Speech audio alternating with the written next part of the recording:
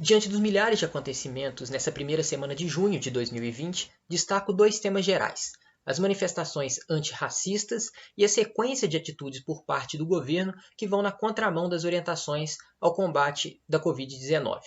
No Brasil, esta semana, tivemos casos que justificam e legitimam as diversas manifestações contra o racismo, que se iniciaram nos Estados Unidos na última semana e estão se espalhando. O caso de Miguel é um exemplo. Miguel, filho negro de Mirtz Renata, uma empregada doméstica, morreu ao cair de um prédio de luxo em Recife, no momento em que a mãe passeava com os cachorros da patroa. Esse episódio foi noticiado nos principais veículos de comunicação, e é importante que ao noticiar casos como esse, se destaque os fatos que evidenciam o racismo estrutural. Essa semana tivemos esse episódio com Miguel. Outro caso recente foi o de Ágata, baleada durante uma operação no Complexo do Alemão. Mortes diferentes, mas duas vítimas dessa estrutura social. Numa matéria do G1 neste sábado, mostrou essa realidade na segurança pública. De acordo com os números que foram divulgados, 78% dos mortos em ações policiais no Rio, no último ano, foram pretos e pardos. E diante de tantos assuntos ligados ao racismo nessa última semana, primeira semana de junho, tivemos também um momento histórico. A questão racial gerou uma reflexão dentro da própria imprensa.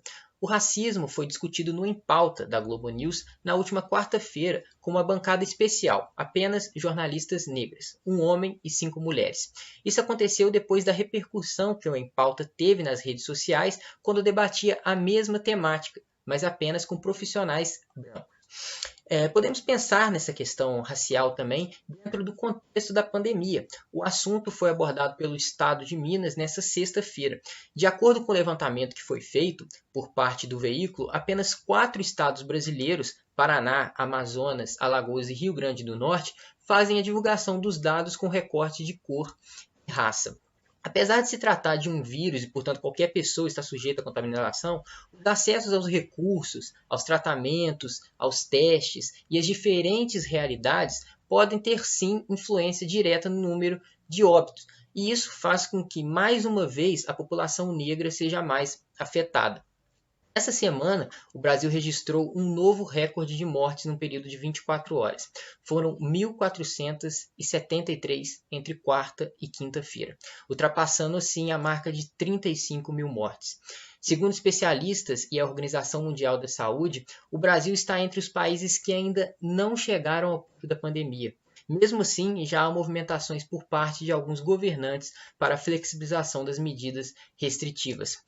Além disso, no fim dessa semana, o governo começou a atrasar a divulgação dos números de casos e mortes causados pelo coronavírus. E o Bolsonaro confirmou neste sábado que o governo adotou uma nova forma de divulgação.